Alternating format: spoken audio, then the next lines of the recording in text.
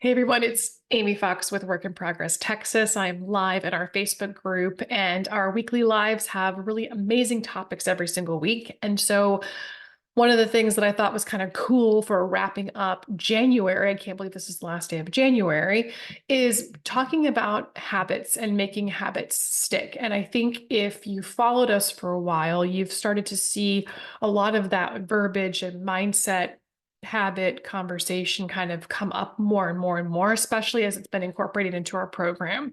And you're going to have so many people out there who have wonderful tips. We include Atomic Habits in our program because we truly believe that is a book that lays the foundation for how to build your own habits and your own systems. Because we don't fail to our goals, we fail to our systems. And that is highlighted that is from Atomic Habits. Give that credit to James Clear for sure. And so when you think about your health journey, your fat loss journey, or maybe your building muscle journey, maybe you've gotten to the point where you get to that next level, a lot of what we do on the daily is going to contribute to those goals. And one of the reasons why we talk about habits is because if you are following someone else's system, especially with a nutrition plan, it's not something that you are able to really incorporate flawlessly in your day to day. Like thinking of I'm going to name drop this year. I'm just going to be bold and name drop, but thinking of the Zone Diet, Weight Watchers, a keto diet, Optavia, or Optavia, or however they say it. Those are systems that you're learning that are somebody else's systems. And so when you get to your goal, it's really hard to incorporate that system into your life. And so we focus more on what's your life? What are your tastes? What are your enjoyments? And then also, here are some principles to live by for overall health. So if you're in this wheel where you feel like you're always starting and stopping, or you just need a refresher on habits, this conversation's for you. This is really about how to make habits stick and why it's important for your fat loss journey. That's primarily where we focus on with people. Is there's an aspect of getting healthy and losing weight, and habits are part of that. What you do, your systems, what you do day in and day out is going to contribute to how long it takes you or your success. Or a lot of times it's lessons being learned too along the way. There's nothing wrong with learning lessons. So the number one tip is always going to be starting small. You want to begin with small, manageable changes. Starting with something that's more ambitious goal is going to be really overwhelming and can lead to burnout. So we're trying to avoid burnout. So if you have some small successes and small wins along the way, you start to build some momentum. So think about something as simple as waking up and drinking water first thing in the morning could be a habit that you start to instill when you wake up that you build on. And when you perfect that, then you move on to something else. And I think that's one of the harder parts too of a fat loss journey, is that we all wanted to lose the weight like yesterday.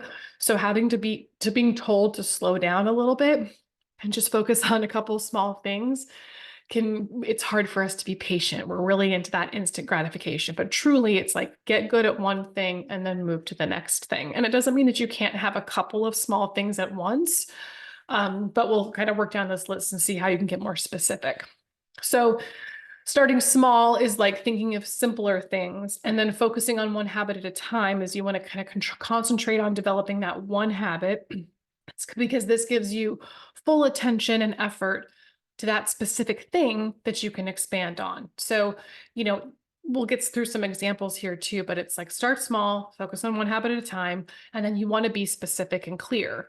So you want to clearly define the habit. And this allows you basically, if you're thinking about you don't want to be vague with this habit. You think about oh, I need to exercise more. Well, that's not specific enough. How about instead we say, I'm going to walk for 30 minutes every morning? Clarity is going to help you make progress. So if you're telling your brain in the morning, I'm going to walk for 30 minutes every morning, that is nice and specific and clear. And it's also giving your brain direction, because your brain's going to try to talk you out of things. So when you tell it what to do like that, that's a significant help. Another tip is attaching habits to existing cues. So you associate your new habit with a certain routine that you already have going on. And some of this verbiage is definitely in any habit book or a podcast or Atomic Habits, for example. But you basically, let's say you want to keep taking your vitamins and you just every single day you just keep forgetting like, oh, I forgot to take my vitamins. Well, then if you take your vitamins and put them next to your toothbrush or put them next to your coffee maker or something like that, they're visually there. And then you remember, oh, I need to take my vitamins. So you're putting it in a place that is attached to something else you already do. If you go and make your coffee first thing in the morning, have your vitamins next there, or you brush your teeth first thing in the morning, which is definitely suggested to brush your teeth before you start drinking anything. So, and have your vitamins there, you're attaching that, habit that you normally do, or you just do every single day and adding something else to it. It's a great way to just kind of like work it in. It's kind of, I feel like this is probably categories habit stacking. That's kind of where we really like to focus is habit stacking. So these are other phrases or other ways to say that. So we all know that consistency is key. So you want to perform that habit at the same time in the same context of each day, because consistency is going to help reinforce the behavior that integrates it into your daily routine, right? So, there is like, just for example, with that, I'm going to walk for 30 minutes in the morning time, you're dedicating a specific time to it.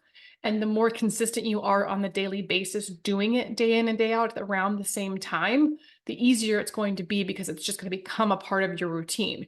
If you think about it, all the stuff that I've talked about this before, I don't know if I've trademarked it or whatever, but it's the things that we have to do, need to do, and want to do. The have to do's are like, I have to go to the bathroom, I have to take a shower, I have to go to work, I have to drive there, I have to make money, these things. The want tos are more of your leisure, pleasure stuff like reading or watching TV or being on social media or whatever. And then the need tos are usually your healthy stuff that, I need to exercise, I need to eat well, I need to lose 20 pounds or whatever. And so what we're trying to do is put some of these habits and things around those like have tos. You have to be at work at a certain time. You should go to bed at a certain time, just as an example. And you're trying to put in some of those habits that you can be consistent with at the same time.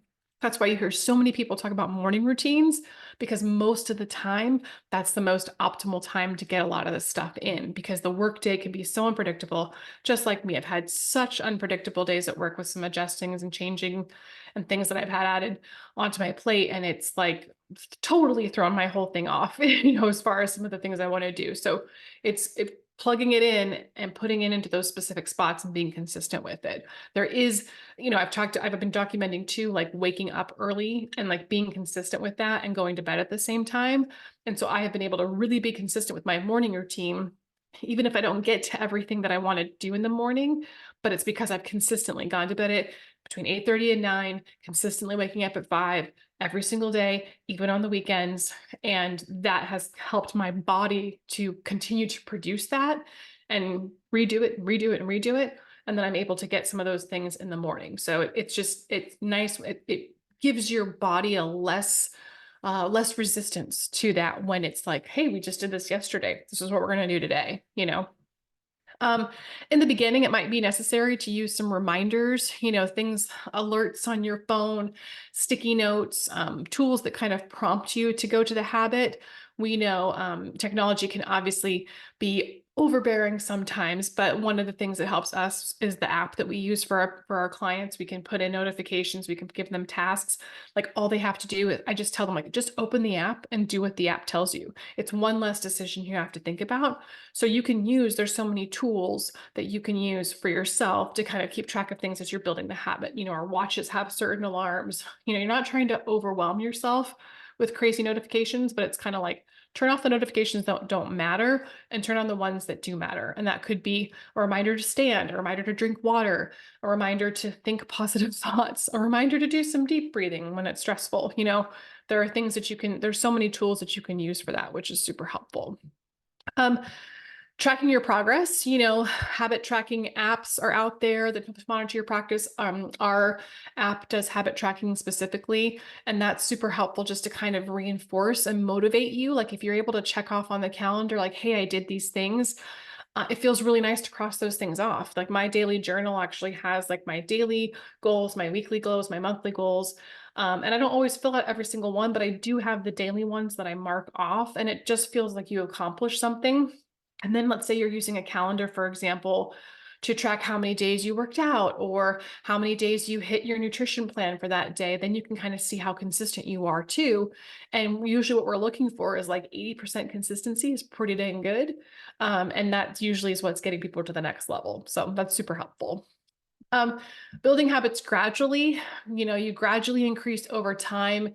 And that's again kind of reinforcing why we start small. So, when you're building on these habits bit by bit by bit, that's where you build the momentum and they just start to become a part of you, which is super, super helpful. It's just like at first it's complicated, but it gets easier the more repetition you do it. And then a lot of the times if you fall off just a skosh, because you have your systems created or your routine recreated, you're able to jump back into it faster, which is nice. It's nice to see people that we've worked with who maybe they don't work with us anymore, or they fell off a little bit, but they figured out how to get back on faster. And it's such a beautiful thing. Like that's still part of the process too. It's okay to fall off just a skosh and have to get back on. So having these systems in place, having these routines in place is going to help you kind of be able to jump back in just in case something throws you off, like vacation or holidays or something like that.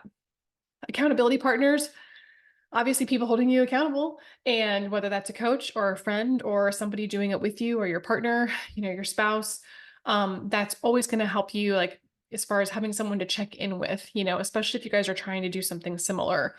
And that can always, I mean, to me, accountability is a lot of times a missing link for us to get to our goals. It's not having somebody to check in on us. So it's nice if you can have that. And then along the way with the accountability, like celebrating milestones and just kind of, again, that helps when you are tracking and kind of keeping tabs on what am I doing and how far have I come, and then celebrating it. And then just know that setbacks are going to happen. It's a normal part of establishing, habits. We don't need to view them as failures. You just see them as opportunities and learning. There's so many quotes out there about like, I just figured, it's like I didn't fail. I just figured out a bunch of different ways to do it, to not do it the right way. Or there's some totally butchering that because I don't have it in my head memorized. But, it's like setbacks are going to happen, bumps in the road are going to happen, life is going to punch you in the face, and that's okay. That's part of the process. I think we just have to give ourselves a little bit of grace here. And if there's a way that you can incorporate enjoyment, choose a habit that you genuinely enjoy, and try to make them more enjoyable. So, because, when an activity is fun for you, it's easier to stick with it over in the long term. So if you want to dig into what that looks like, let me know. But to me, it's just creating some enjoyment around a habit. Like the one that comes to mind right now is me. Like I wake up early. And so waking up early has been an adjustment. It's been practice. I've been practicing at it, right? And what gives me some enjoyment waking up in the morning is creating my little collagen coffee that's the chocolate collagen, and adding a little whipped cream on top. And that just kind of gives me that cozy, nice feeling in the morning when I go sit down to read my Bible and get my day started before my workouts and all of that stuff. So I made waking up enjoyable by giving myself a little treat, giving myself a little reward. And that's what you could also look at it as creating a reward around something that you're doing, that you're trying to incorporate, because that reinforces that this is something that you want to accomplish. And then you kind of feel like, cool, it's a major reward. I want it. Another suggestion is visualizing success. And what I like about this is I don't really like the word manifesting, but sometimes it works really well. And it's really just kind of putting yourself in that position of what does that look like when you've accomplished this habit? What does that long-term vision look like? How do we get our mind to see it and envision it and know that that's what I want to accomplish? Like I want to work out, I want to get my walks in, I want to eat well, I want to, whatever you're striving for specifically, it's really good to visualize it and see yourself in that new future, because you have to change in order to hit these goals and accomplishments. You have to change who you are and change your identity. So a lot of it too, I like the other spin that I've seen, like Dr. Gabriel Lyon talk about, like when you're setting goals and, instead of looking at it as a goal, what are your standards? Like, what are your values? What do you want to live by? Put a little bit more of a why behind why you're doing some of these habits. Like, why is it important to you? And ask yourself why, like 7 times in a row, and really say, okay, why? I want to lose weight. Well, why? Well, because I feel better when I was leaner.